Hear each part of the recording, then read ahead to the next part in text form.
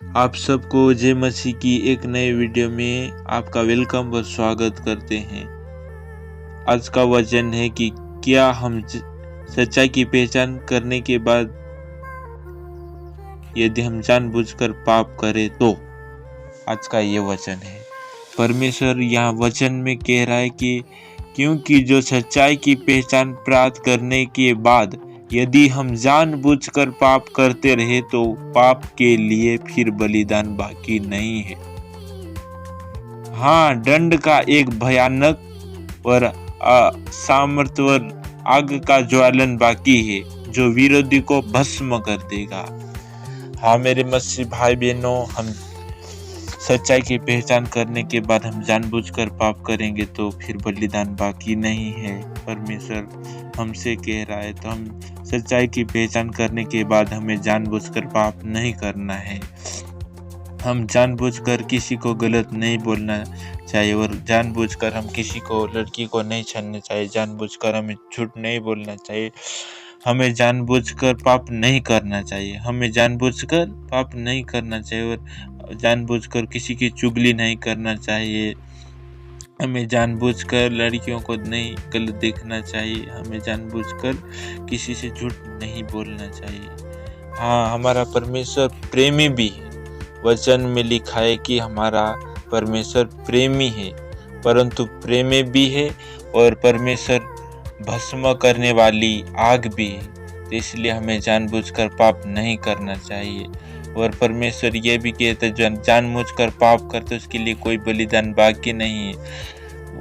फिर आगे परमेश्वर कहता है कि मत्ती 8:12 में लिखा है कि बाहर अंधकार में डाला दिया जाएगा और रोना और दांत पीसना होगा। हम जानबूझकर पाप करते रहेंगे और जानबूझकर इसे गलती करते रहेंगे तो रोना और दांत पीसना आगे परमेश्वर ने वचन में कहा रखा है। इसलिए हमें जानबूझकर पाप नहीं करना है, किसी की चुगली नहीं करना, किसी की निंदा नहीं करना। परमेश्वर ने कहा है कि सच्चाई की पहचान करने के बाद हम जानबूझकर पाप करें तो हमें जानबूझकर पाप नहीं करना चाहिए। हमको परमेश्वर की बात मानना चाहिए क्योंकि हमारा प्रेमी खुदा है तो हम भी खुदा से प्रेम करना चाहेगा। और परमेश्वर ने कहा जो मुझसे प्रेम रखता है वो मेरी आज्ञाओं को मानेगा। तो परमेश्वर की आज्ञा क्या है? फिर एक मनुष्य आकर प्रभु यीशु से पूछने लगा।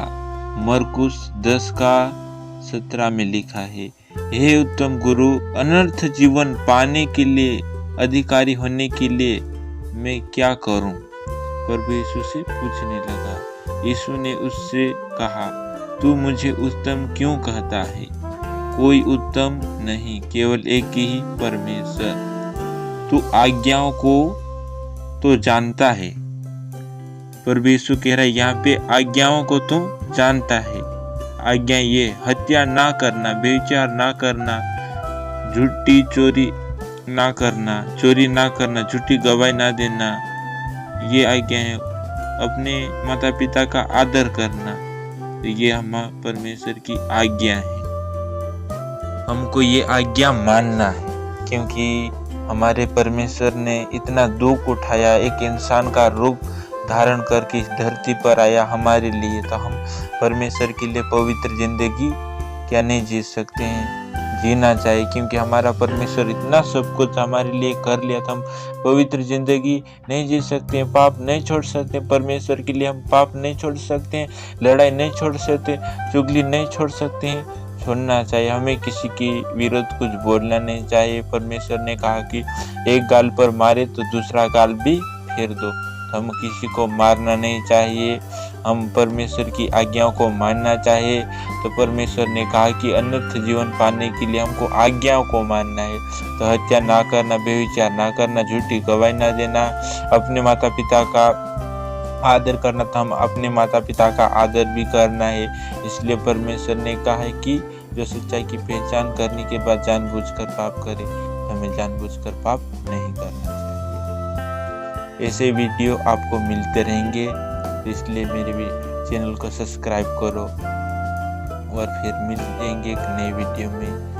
अगर पसंद आए तो लाइक भी कर देना और सब्सक्राइब कर देना। ऐसे वीडियो मिलते रहेंगे।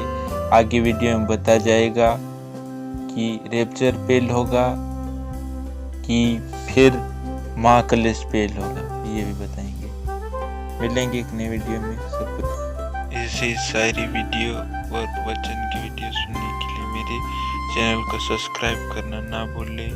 मिलेंगे एक नए वीडियो में और नई शायरी में और नई प्रार्थना में। सब